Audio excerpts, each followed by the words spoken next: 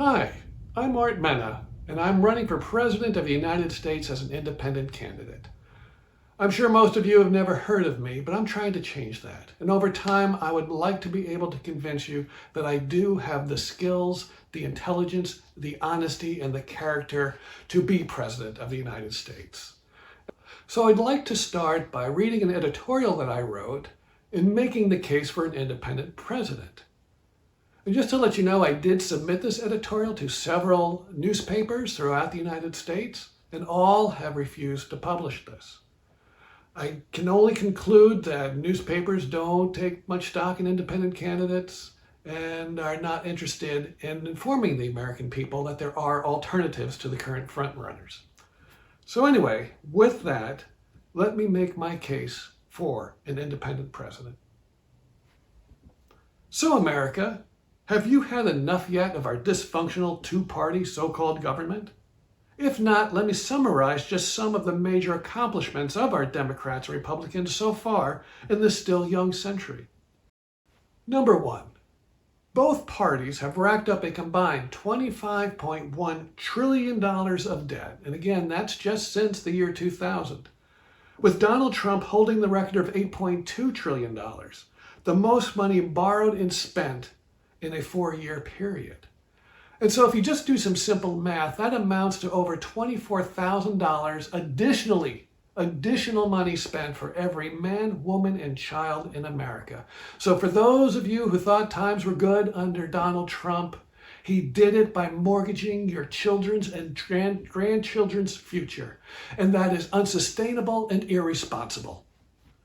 And our overall rapidly rising total debt of $34 trillion breaks down to over $100,000 per American and over $250,000 per taxpayer.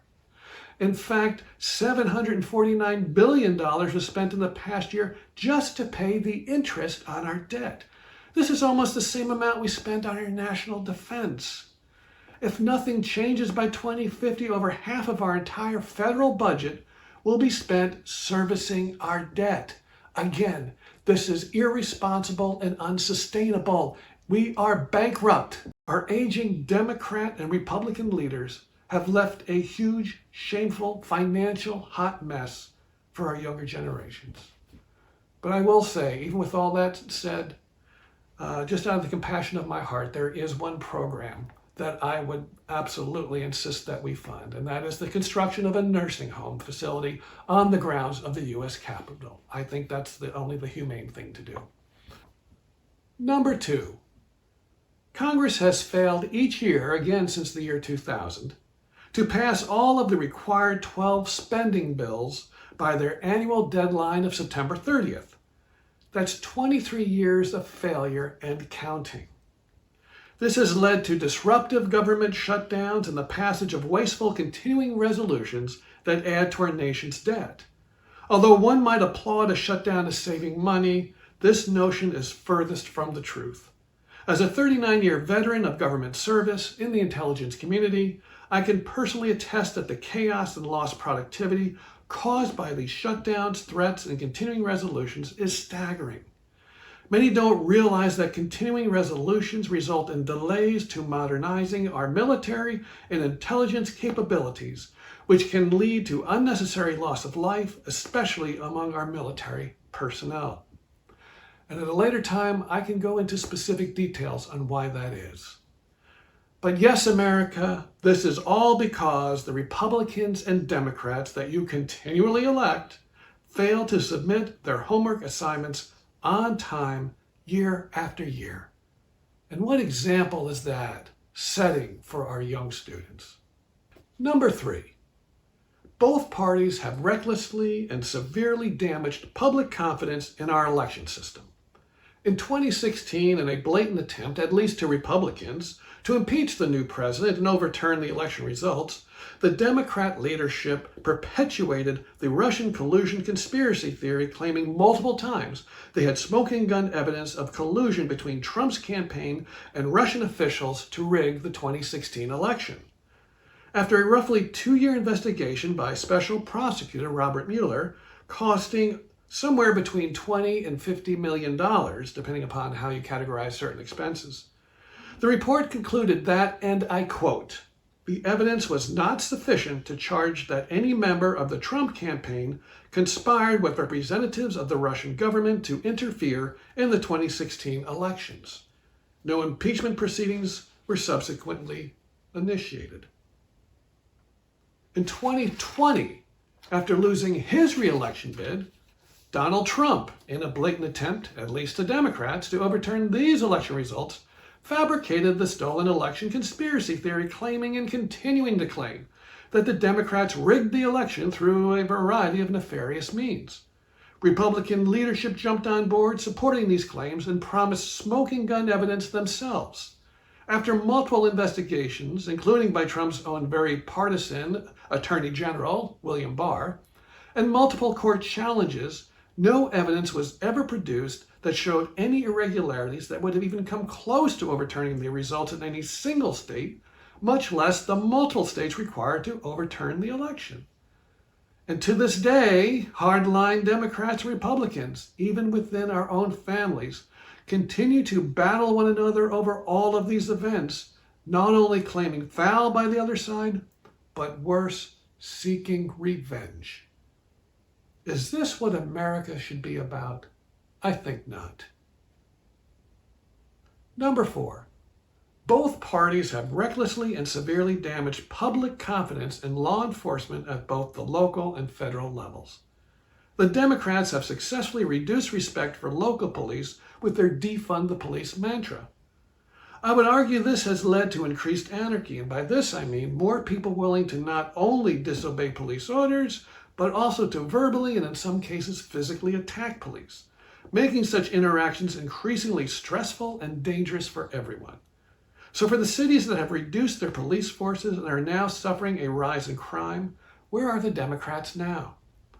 The Republicans, for their part, have succeeded in disparaging the FBI with their claims of the weaponization of the FBI and their proposals to defund it, which have gained in popularity. The Republicans have made similar charges against the Department of Justice. So my question to the Republicans is, if you defund the FBI and the Department of Justice as punishment for doing their jobs, who will hold you, or for that matter, any politician, accountable for crimes? Well, on second thought, that sounds like a really dumb question to ask a politician. Number 5, both parties have successfully divided us into red and blue camps of different ideologies. Normally that wouldn't be such a big deal, as America is known to thrive and grow stronger with diversity of views and opinions. Unfortunately, the parties have led us to the point where these camps are no longer just political opponents. They are enemies who must be defeated at any and all costs, even the cost of American unity, and more importantly, the cost of truth. Political violence is becoming more acceptable. Death threats are on the rise against everyone from election workers, politicians, government and military officials, and even potential witnesses to crimes committed by politicians. More and more ordinary Americans have self-assembled into like-minded camps, fueled by social media and talking heads, immediately judging and disparaging and shunning those, even family members, not in their own camps. This dubious partisan accomplishment has added a whole new dimension to the noble quest for a colorblind society. Number 6, and if that's not enough, Democrat and Republican policies have led to skyrocketing drug addiction in America, especially to marijuana. Recreational marijuana use is now out of control, especially among adolescents who are most vulnerable to the permanent brain damage it can cause. And I would encourage readers to visit my website, where I provide an extensive documented discussion of the dangers of marijuana. Nothing good can come from a stoned society. Considering this increasingly destructive track record of behavior by both Republicans and Democrats, does anyone out there really think that any partisan candidate for president or for that matter, Congress, is capable of uniting our country to face and fix the serious problems we are facing? Do you think that either of the current frontrunners or partisan alternatives represent hope for our country? I certainly don't. In fact, I believe that if nothing changes, the losing party will once again cry foul and seek to overturn the election results with claims of fraud, collusion, or anything else they can get their base to believe. Their job of tending to the affairs of our country will once again be superseded by more fishing expeditions disguised as investigations to find some kind of dirt on their enemies.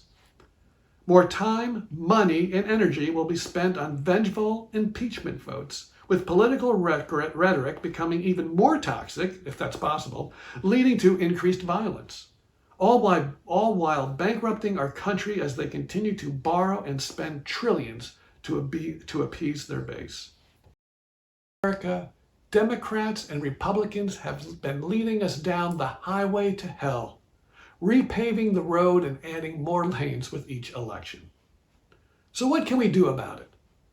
The answer is simple. Vote independent. Can you imagine what would happen if the vast majority of us started to identify ourselves as independent? We wouldn't know who to instantly hate. In fact, we'd actually have to start talking to one another in order to get to know who our enemies are. And when we do that, I think we will find far fewer enemies and a lot more friends than we ever imagined. What else can you do? You can petition your favorite media outlets to schedule a debate for independent presidential candidates. Why should the Republicans and Democrats get all of the attention when most Americans dislike both of the current frontrunners? I would argue that unless national media outlets start giving wider coverage and vetting of independent candidates, they are not doing their jobs and not serving the American people. I can personally attest that I have attempted to contact multiple media organizations throughout this country with no success whatsoever. I am being ignored. And that's why I need your help to tell your favorite media outlets, they need to do their jobs. They need to do what's good for America. And just reporting on Democrat and Republican fighting is not serving America. You need to start interviewing people that have real solutions to real problems. Again, and if you visit my website, I think you will agree that I have real solutions to real problems. And I would also strongly encourage Americans to stop feeding the beast with campaign contributions and instead save your money or donate it to charity where you know it will do some good.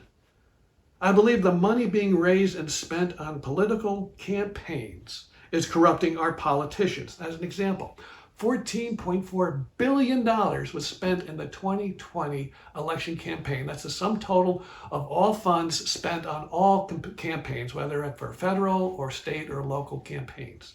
That to me is a crime. What did that money get us? Nowhere. It's gotten us division. So stop funding the beasts. And to put my political financial poverty where my mouth is, I personally am not accepting any donations. And we'll see how well that works out for me. But at least you won't have to worry about me suspending my campaign due to lack of funding. America, now is the time for a political revolution.